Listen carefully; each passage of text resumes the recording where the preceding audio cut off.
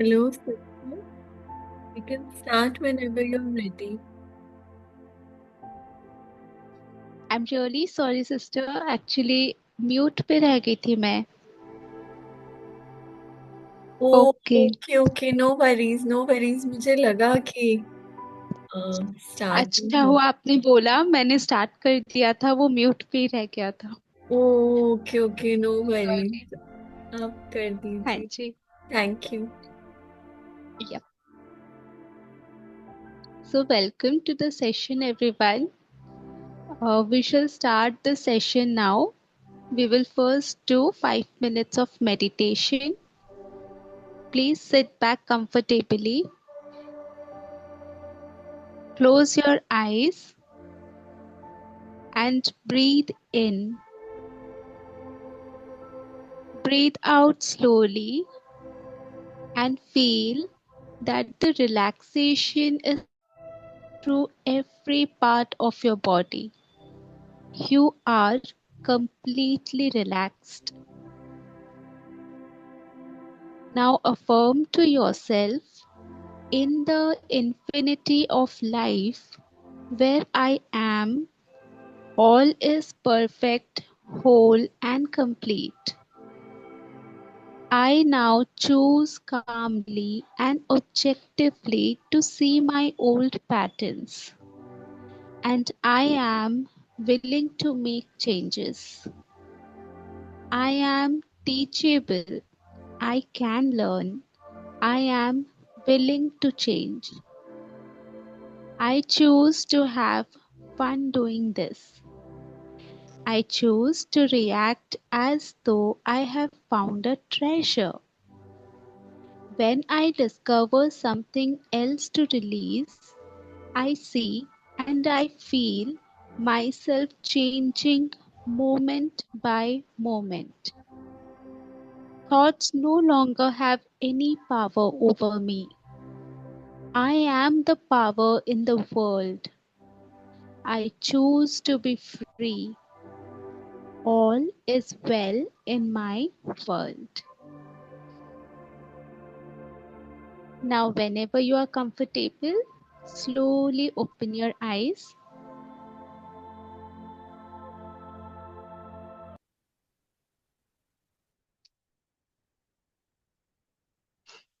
So, before starting new reading, we shall first 5 minutes revise what we read yesterday. So, yesterday, briefing it of yesterday's session, author was explaining very nicely about physical releasing. This is a very important thing because हमारी body में जहाँ भी दर्द होता है, कुछ भी होता है, वो सारे सिम्टम्स हैं, वो सारे आउटकम्स हैं हमारी इनर फीलिंग और इमोशंस के।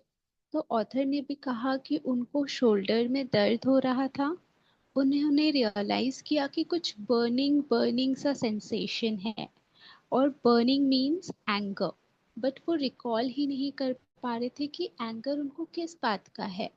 तो फिर उन्होंने कुछ एक्शन लिया, वो पिलोज को बेड पे हिट करने लग गए with lot of energy, and then she was able to know why she was feeling angry. She was able to recall the time why she was angry about. And after that, doing hitting the pillows, she felt a lot of relaxation passing through in her mind and body. And next day, her shoulder pain was completely gone. So, this is what is happening with all of us also. All our physical things, any pain, are because of the emotions in our mind. So, we will start the reading session now. Letting the past hold you back. Many people come to me and say they cannot enjoy today because of something that happened in the past. Because they did not do something or do in a certain way in the past. They cannot live a full life today. Because they no longer have something they had in the past, they cannot enjoy today. ऐसा हम लोगों के साथ भी होता है और ऐसे ऑथर के पास बहुत सारे लोग आते थे जो बोलते थे कि हम आज को एंजॉय नहीं कर पा रहे हैं बिकॉज ऑफ आवर पास्ट। हम आज को फुल्ली जी नहीं पा रहे हैं क्योंकि पास्ट की कुछ चीजें हमने होल्ड करके रखी हुई है। या तो हमें कोई चीज किसी तरह से करनी चाहिए थी जो हम नहीं कर पाए। So because they were hurt in the past they will not accept love now. ऐसे भी हो जाता है कुछ रिलेशनशिप में हम अगर होते हैं पास्ट में, तो हम आज के दिन कोई नया रिश्ता बनाने से घबराते हैं कि फिर से कहीं वो हर्ट रिपीट ना हो। Because of something unpleasant happened when they did something once. When they did something once, they are sure it will happen again today. हम इतना श्योर होता है, हमारा जो ये माइंड है ना वो इतना श्योर होता है कि जो अनप्लेजेंट सिचुएशन पहले थी अगर वही चीज हम दोबारा करते हैं तो वही अनप्लेजेंट सिचुएशन फिर से भी आ सकती है। Because they once did something that they are sorry for, they are sure they are bad people forever. So this line is really very very important क्योंकि हम दूसरों को शायद माफ कर भी देते हैं और भूल भी जाते हैं, लेकिन अगर हमसे कुछ हो गया तो वी हमने सॉरी फील भी कर लिया, लेकिन हम ये अपने आप को पूरा लेबल दे देते हैं that I am a bad person and I will remain such bad person for ever. हम एक न्यू आउटकम, हम एक न्यू नजरिया अपने तरफ रखें, वो हम सबके लिए बहुत डिफिकल्ट हो जाता है। इतना डीपली हम अपने आप को इनबिल्ट और रिकॉग्नाइज कर लेते हैं पास्ट से कि अगर पास्ट में मैं गुस्सा करती थी तो आज गुस्सा से फ्री होना मेरे लिए इम्पॉसिबल है, I will be angry person forever. ऐसे because one someone did something to them it is now all the other person fault that their life is not where they want it to be। ये भी होता है कि अगर किसी एक person ने कुछ किया तो हम सभी को ही उस नजर से देखने लग जाते हैं कि सभी वैसे होंगे। Because they became angry over a situation in the past they will hold on to that self righteousness. Because of some very old experience where they were treated badly, they will never forgive and forget। कुछ ऐसे experiences हो जाते हैं past में कि हम बहुत ही बुरी तरीके से किसी ने हमें ट्रीट किया, तो हम ये मान ही लेते हैं, ये हमारा एक स्ट्रॉन्ग बिलीफ ही हो जाता है कि मैं तो भाई कभी भी फॉरगिव नहीं करूंगी और मैं कभी भी उस बात को भूलूंगी नहीं। तो जब हम इतना फर्मली अपने आप को ये कह देते हैं तो वो तो फिर वही आएगा आउटकम जो हम अपने आप को इतना फर्मली बोल रहे हैं। So, because I did not get invited to the high school prom, I cannot enjoy life today।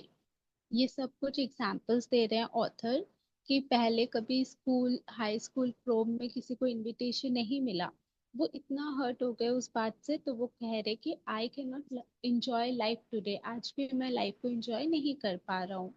Because I did poorly at my first audition, it will be terrified for auditions forever। एक बार मेरी कोई audition अच्छी नहीं हुई, तब मुझे हर एक audition देने के लिए डर लगता है।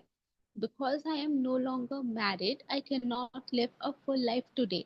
See, this is also, अगर किसी की शादी लेट से होती है, सही एज में नहीं हो पाती है, तो उस पीरियड, वो जर्नी के दौरान वो अपने लाइफ को फुली जीते ही नहीं है, ये सोच के कि अब तक शादी नहीं हुई, अब तक शादी नहीं हुई।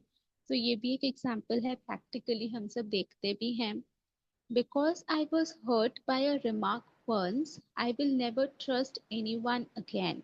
अगर किसी ने कुछ रिमार्क दे दिया और मैं उस पे हर्ट हो गई, तो बस अब मैं किसी पे ट्रस्ट नहीं रखूंगी. Because I stole something once, I must punish myself forever. This is also very important. एक बार गलती हुई, रियलाइज हुआ, अब खत्म. उसको अगर रिपीट करते रहेंगे कि हमेशा ही मैंने ना उस बचपन में कुछ चोरी कर लिया था, और उसको मैं बुढ़ापे तक ही याद करती रहूंगी कि ऐसा मैंने बचपन में किया था, and I should feel sorry for it forever. ऐसा नहीं करना है हमें खुद के साथ. Because I was poor as a child, I will never get anywhere. ये भी बहुत ही स्ट्रांगली इनबिल्ट होता है. फाइनेंशियल थिंग्स आई थिंक बहुत ही इम्पोर्टेंट है. हम सोच लेते हैं कि अगर हम गरीब हैं तो हम गरीब ही रहेंगे हमेशा. हम अपने आप को वो ऊंची नजर से देख ही नहीं पाते कि फाइनेंशियली अबेंडेंस और फ्रीडम का हक हमें भी है, क्योंकि हम उसी परिवार, उसी परिवेश में रहते हैं, पलते बढ़ते हैं. गरीबी वाली चीजें इतनी ज्यादा स्ट्रांगली रहती है कि उससे बाहर निकलना मुश्किल हो जाता है. So what we often refuse to realize is that holding on to past, no matter what it was or how awful it was, is only hurting us. They really don't care. Usually they are not even aware. We are only hurting ourselves by refusing to live in this moment to the fullest. Yes. तो author ये समझा रहे कि हमने ही past को hold करके रखा है, और कोई ना कोई एक पर्सन तो हमारे साथ जुड़ता ही है, कोई भी एक मेमोरी जो हमने पास्ट की होल्ड करके रखी हुई है. तो सामने जो पर्सन है उनको तो कोई फर्क ही नहीं पड़ता, उनको तो पता ही नहीं होगा कि हमें उसी मेमोरी से सफरिंग हो रही है. तो हम ही वो मेमोरीज ये सब होल्ड करके खुद को हर्ट करते हैं. सामने वाला तो बिल्कुल अनअवेयर है इस सिचुएशन से. सो यही है, the past is over and done and can not be changed. This is the only moment we can experience. when when we lament about the past, we are experiencing our memory of it in this moment and losing the real experience of this moment in the process. जब भी कोई past तो हो चुका है और उसको हम चेंज नहीं कर सकते हैं, तो अगर उस मोमेंट को हम याद करते हैं, जो पास्ट हो चुका है उसको आज हम याद करते हैं, तो आज की जो हकीकत है हम उसको जीते ही नहीं है, क्योंकि हम पास्ट के ही मेमोरीज को रिप्ले रिप्ले रिप्ले करते हैं. एक्सरसाइज है, ऑथर ने कोई एक एक्सरसाइज दिया है about releasing. Let us now clean up the past in our minds. ये बहुत इंपॉर्टेंट एक्सरसाइज है, क्योंकि पास्ट में scientifically it has been noticed, मतलब साइंटिस्ट लोगों ने ये चीज निकाला है, खोजा है, कि 80% of our human mind always dwells in past. And ये 80% तो कुछ साल हो गए तब की ये रिसर्च की परसेंटेज है. अभी तो हम और भी ज्यादा या तो पास्ट में ही खोए हुए रहते हैं, या फ्यूचर की कुछ अनसर्टेनिटीज का डर लगाए हुए हैं. प्रेजेंट में तो 1% से भी कम हमारी एनर्जी यूज हो रही है. So let us now clean up the past in our minds, release the emotional attachment to it.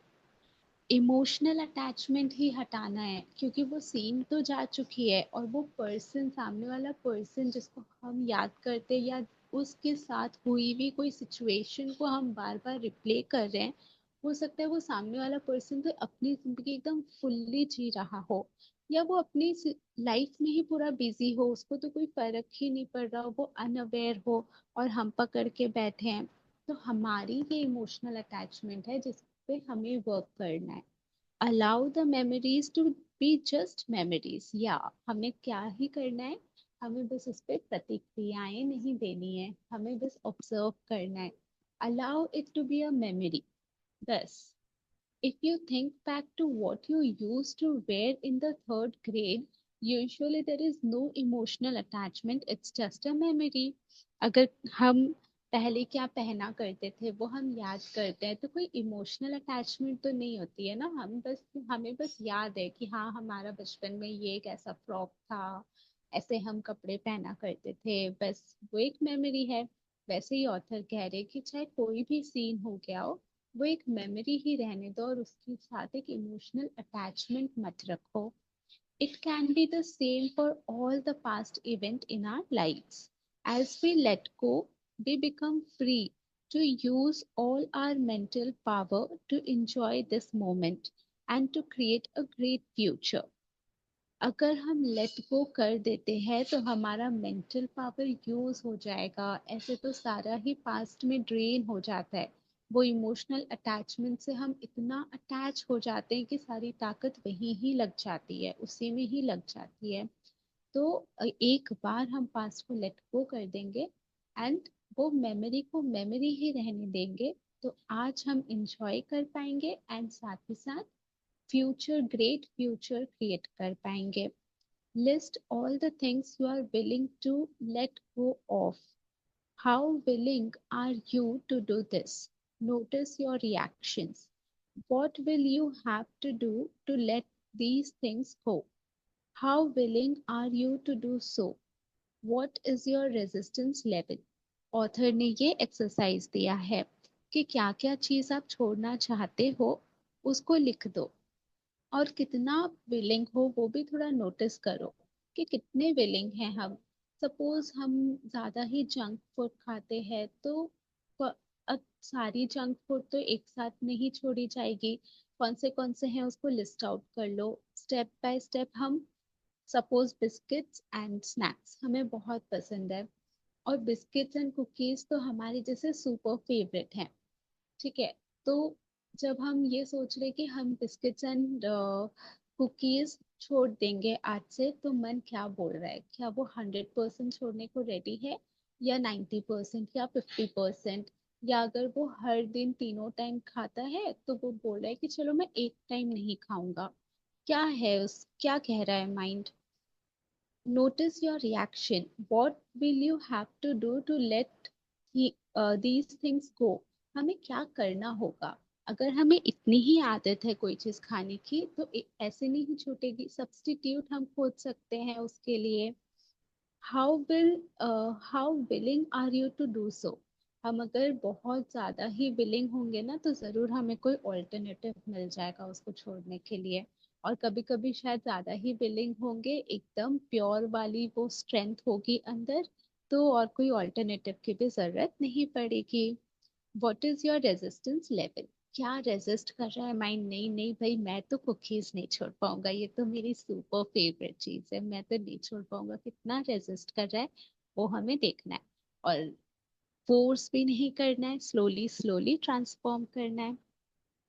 फिर ऑथर अब फॉरगिवनेस के बारे में सिखा रहे हैं। Next step, forgiveness. अभी तक हमने क्या सीखा? हमने सीखा क्या हमें हमें पास्ट को होल्ड नहीं करना है, हमें उसको जस्ट एज अ मेमोरी रखना है, ठीक है। तो ये तो ठीक है, हमने समझा, लेकिन अब नेक्स्ट स्टेप उसका क्या है? Forgiveness is the next step. Forgiveness of ourselves and of others releases us from past. एक बार हम दिल से माफ कर दें। फर्स्ट स्टेप में हमने लेट गो करना सीखा, लेकिन अगर लेट गो में इमोशनल अटैचमेंट कोई पेन से जुड़ी हुई है ना, एक होता है कि ऐसे ही अटैच्ड है because of the good memory, और एक होता है पेन, पेन होता है उस मेमोरी में। तो अगर पेन है तो कहीं ना कहीं फॉरगिवनेस की जरूरत है, खुद को भी और दूसरों को भी करने की।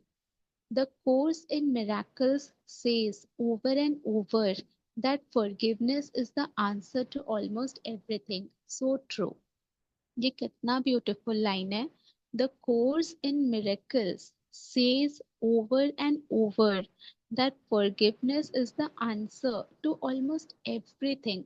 हम भी अगर पास्ट की कुछ मिस्टेक्स को पकड़ के रखते हैं कि शेट यार इतना टाइम वेस्ट कर दिया, करियर में कुछ नहीं किया, पढ़ाई नहीं कर पाए सही से, या कोई भी बात जो हमें बहुत खल रही है खुद के लिए कि हम we were not good as we should be, कुछ भी ऐसा है, तो अगर हम खुद को माफ कर देंगे ना, तो कम से कम प्रेजेंट में आउटपुट इन इन इनर स्ट्रेंथ की वजह से आउटपुट सही होने लग जाएगा.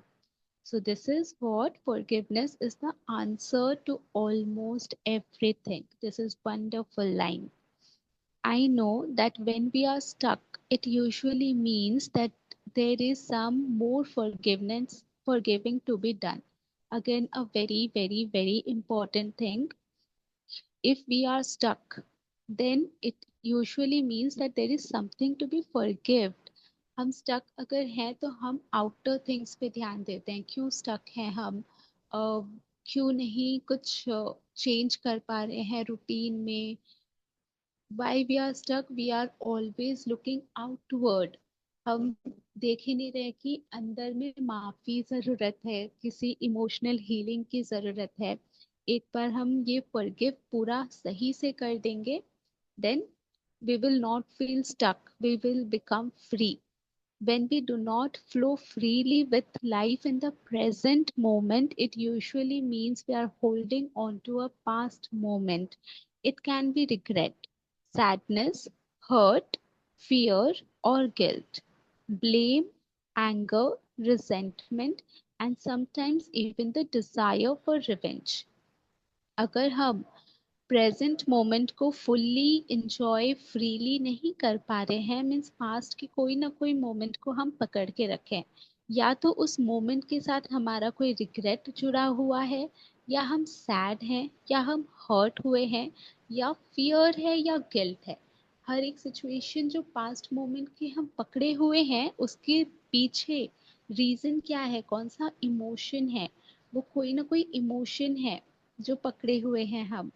Blame, anger, resentment, and sometimes even desire for revenge. Each one of these states comes from a space of unforgiveness, a refusal to let go and come into present moment. जो हम पकड़ के रखे हैं ना माइंड से, एक चीज कुछ ना कुछ तो हम होल्ड करके रखे हैं माइंड से, जो हमें स्टक करके रखी है प्रेजेंट मोमेंट में. या तो वो रिग्रेट है, या सैडनेस है, या हर्ट है, या फियर है, और ये जो भी इमोशंस है ना, उनको हम लेट गो करने के लिए रिफ्यूज भी कर रहे हैं. हम फॉरगिव नहीं कर पा रहे हैं, इसलिए हम लेट गो भी नहीं कर पा रहे हैं. तो हमें फॉरगिव करना है. जो भी फियर है उसको भी फॉरगिव करना है. फियर भी किसी रीजन की वजह से बना था, कोई गलती की वजह से बना था, उसको भी लेट गो करना है, माफ करना है. Love is always the answer to healing of any sort, and the pathway to love is forgiveness. Forgiveness dissolves resentment. There are several ways in which I approach this. This is really wonderful. अगर आप किसी को प्यार करते हो तो आप माफ करने में एकदम भी देरी नहीं करोगे. यहाँ पे सेल्फ लव की बहुत ज़्यादा कमी है, इसलिए हम खुद को माफ नहीं कर पाते हैं. नहीं तो कोई छोटा सा बच्चा है, कोई मिस्टेक करे, हम फटाक से उसको माफ करना है ये सोचते भी नहीं है, एंड हम उसको गले से लगा लेते हैं.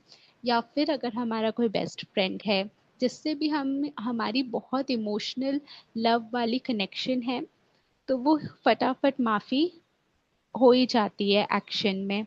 Love is always the answer to healing of any sort, and the pathway to love is forgiveness. This is the pathway.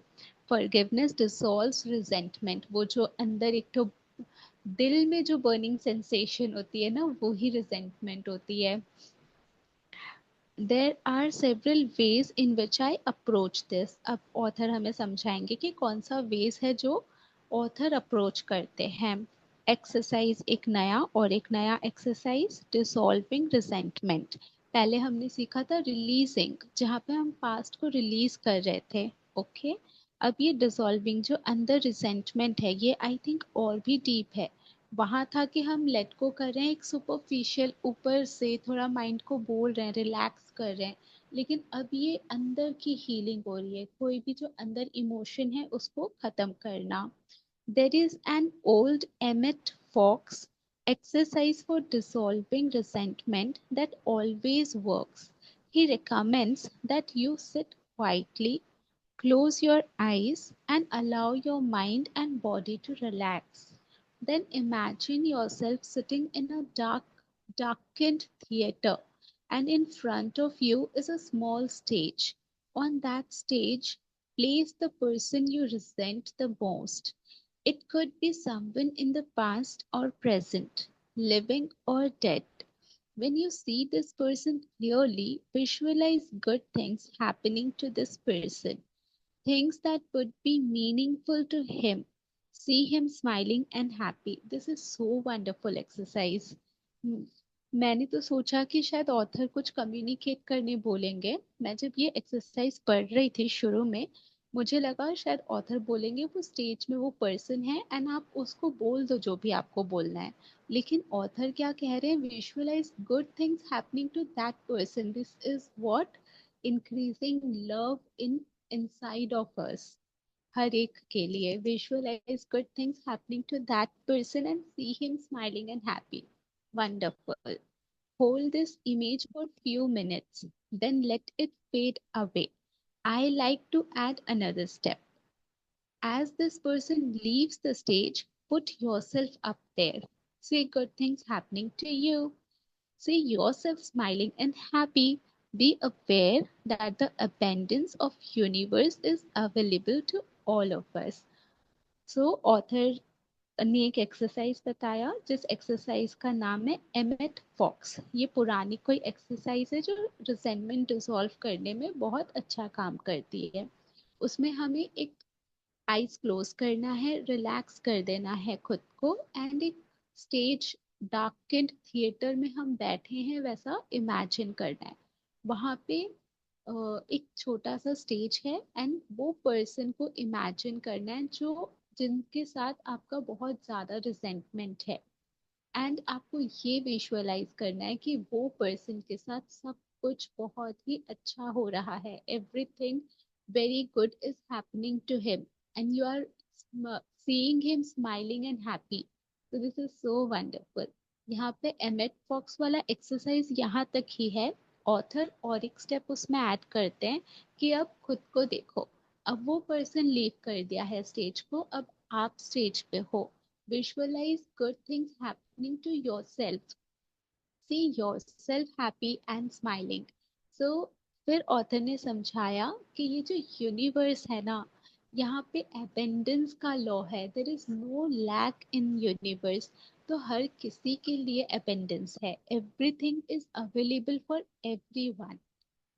The above exercise dissolves the dark cloud of resentment most of us carry. For some, it will be very difficult to do. Each time you do it, you may get a different person. Do it once a day for a month and notice how much lighter you feel. Okay. तो author ये बोल रहे हैं कि ये हमें difficulty हो सकती है क्योंकि हम दूसरे दूसरे पर्सन को देख देख सकेंगे, शायद एक पर्सन पे फोकस ना कर पाए। तो ऑथर ये सजेस्ट कर रहे हैं कि हर दिन एक महीने के लिए करो and after then after 1 month you will feel very lighter. Now another exercise is for revenge. Releasing का सीखा हमने आज, डिसॉल्विंग रिजेंटमेंट का सीखा, अब रिवेंज का सीखेंगे। Those on the spiritual pathway know the importance of forgiveness. For some of us, there is a step that is necessary before we can totally forgive. Sometimes the little kid in us needs to have revenge before it is free to forgive. For that, this exercise is very helpful. Close your eyes, sit quietly and peacefully. Think of the people who are hardest to forgive. What would you really like to do to them? What do they need to do to get your forgiveness? Imagine that happening now. Get into details. How long do you want them to suffer or do penance? तो author ये कह रहे कि कभी कभी forgive करने से पहले क्योंकि हमारे दिल में ऐसा होता है कि हम रिवेंज लें तो हम फॉरगिव नहीं कर पाते हैं। तो इसलिए ऑथर ये रिवेंज से फ्री होने के लिए एक्सरसाइज बता रहे हैं कि आंख बंद करो और उस पर्सन के बारे में सोचो जो बहुत ही मुश्किल हो रहा है आपको कि भाई मैं इसको फॉरगिव नहीं कर पाऊंगा। तो अपने आप को पूछो कि क्या वो करे जिससे आप उनको माफ कर देंगे। कि what do they need to do to for to get your forgiveness, क्या करें वो। imagine that happening now। अगर आप क्या चाहते हो सामने वाले पर्सन से ताकि वो चीज कर दे एंड आप फिर अच्छे से माफ कर पाओ। तो वो चीज जो आप चाहते हो, क्या वो आप चाहते हो कि वो आपसे बहुत सॉरी सॉरी बोले। फॉर एग्जाम्पल कुछ और भी हो सकता है, या वो आपको एक्सप्लेनेशन दे कि भाई मैं इस सिचुएशन में था इसलिए ये गलती हो गई थी। तो वो चीज आप इमेजिन करें होते हुए आंख बंद करके कि वो पर्सन ऐसा आपके साथ कर रहा है, वो गिल्टी है अपनी गलती के लिए, वो आपको एक्सप्लेन कर रहा है एंड सॉरी बोल रहा है। गेट इनटू डिटेल्स, और फिर ये भी कह रहे कि इसको खत्म मत कर दो, डिटेल्स में देखो कि आप क्या चाहते हैं एग्जैक्टली उसको देखो। How long do you want to suffer. आप, आ, हम अगर फॉरगिव नहीं कर रहे हैं, हम कहीं ना कहीं उस पर्सन के लिए ना दुआ नहीं लग दे रहे हैं। तो कुछ ना कुछ तो भेज रहे हैं ना उस पर्सन को, तो उस पर्सन की सफरिंग को हम बढ़ाते हैं। अपनी ही फीलिंग्स वाइब्रेशंस एंड इमोशंस जो हम देते हैं उनको उससे, तो हम कितना लंबा टाइम उनको सफर करना देना चाहते हैं और फॉरगिव नहीं करना चाहते हैं। वो चीज हमें आंख बंद करके ये चीज खुद से खुद को फील कराना है, रियलाइज कराना है, लेकिन without judgement. No self judgement for self also. When you feel complete, condense time and let it be over forever. Usually, at this point, you feel lighter and it is easier to think about forgiveness. To indulge in this every day would not be good for you. To do it once as a closing exercise can be freeing. सो ये भी बहुत ही important है। ये revenge वाला part के लिए author ने बोला कि भाई एक बार आप ये कर लो, डिटेल में करो, कंप्लीट करो उसको एंड फ्री कर दो खुद को। फिर आप फॉरगिवनेस वाली स्टेप में जा सकते हैं। इसको रोज करना नहीं है, ऐसा कहा है, बस एक ही बार करना है एंड उसको खत्म करना है। नाउ और एक एक्सरसाइज फॉरगिवनेस का दिया है ऑथर ने। Now we are ready to forgive.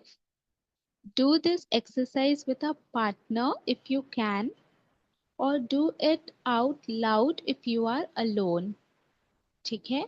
Again, sit quietly with your eyes closed and say, the person I need to forgive is dash, and I forgive you for dash। Means किस person का उस person का नाम लेना है and जो चीज घटी थी उस चीज को भी बोलना है। या तो कोई पार्टनर के साथ करो, या फिर अगर आप अकेले हैं तो लाउडली बोलो।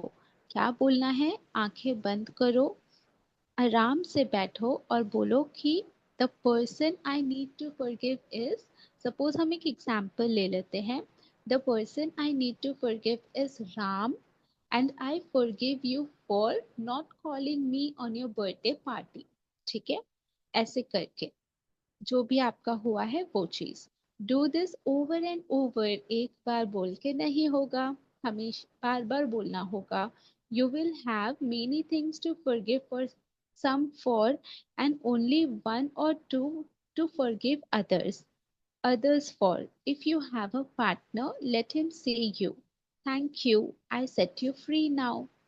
तो अगर वो पार्टनर का टास्क क्या होगा, सपोज आप ये जब ये लाइन बोल रहे हैं कि आई फॉरगिव यू, तो पार्टनर बोलेगा thank you I set you free now. आपने उसको माफ किया इसलिए वो थैंक यू कह रहा है एंड मैं भी आपको फ्री करता हूँ। If you do not, then imagine the person you are forgiving saying it to you. Do this for at least 5 or 10 minutes. Search your heart for the injustices you still carry. Then let them go. ये 5 से 10 minute करो और फिर खोजो अपने दिल में क्या क्या है, सब खोजो। एंड उसके बाद उसको जाने दो।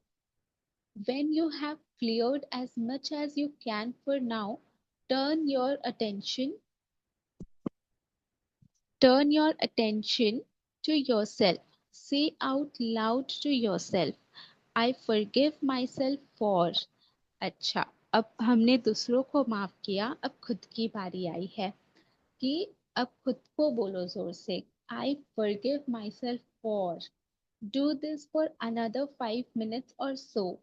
These are powerful exercises and good to do at least once a week to clear out any remaining rubbish.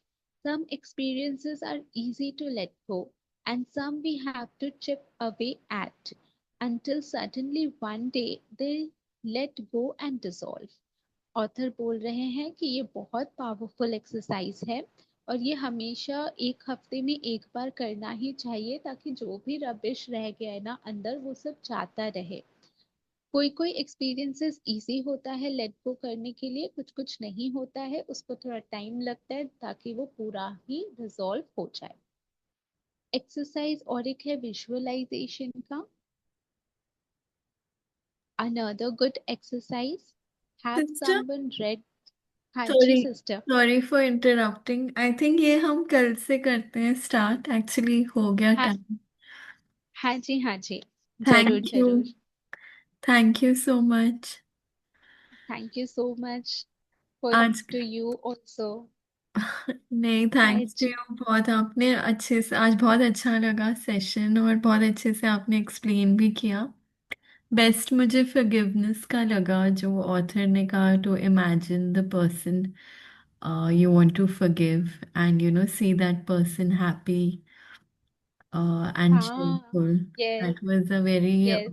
yeah, unique, बहुत yeah, यूनिक very था ये। different. So I found that the best of uh, best exercise to practice.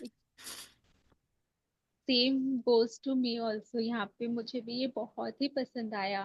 मुझे लगा था author कुछ communicate करने बोलेंगे, उन्होंने तो उल्टा ही बोल दिया कि विजुअलाइज करो good things happening to that person. या तो या ये बहुत बहुत ही अच्छा अच्छा था था। ये। हाँ जी, हाँ जी, ये जरूर प्रैक्टिस करेंगे। यस। हाँ और जी, सेकेंडली ये भी बहुत अच्छा लगा, जो खुद के लिए मुझे ये ज्यादा अच्छा लगा कि आई फॉरगिव माई सेल्फ फॉर। ये एक्सरसाइज खुद के लिए करना, हाँ ये जी, बहुत अच्छा लगा। हाँ लाउडली जी, बोलना, क्योंकि हर समय कोई पार्टनर मिले वो तो जरूरी नहीं है, तो say loud to yourself, I forgive myself for. हाँ जी, सही है हाँ ये जी, एक्सरसाइज भी। हाँ हाँ जी। आई जी थिंक कल बहुत अब। अच्छे एक्सरसाइजेज, और मतलब ओवरऑल, जैसे लास्ट चैप्टर हाँ। में भी हमने देखे, जैसे मिरर एक्सरसाइज, और ये सब राइट। ना एक रेगुलरली जब हम करेंगे तो it yes. Will start making a difference. So या ये हमें बच्चे करना हमारी चाहिए। पर्सनालिटी में से वो इमोशंस निकल जाएंगे जिसकी जरूरत नहीं है, तो निखर जाएगी हम सबकी पर्सनालिटी फिर। राइट, राइट, बिल्कुल बिल्कुल। Thank you. Thank you so much. अब हम कल विजुअलाइजेशन से स्टार्ट करते हैं। राइट, राइट, ठीक है। ओके जी। Thank you, okay.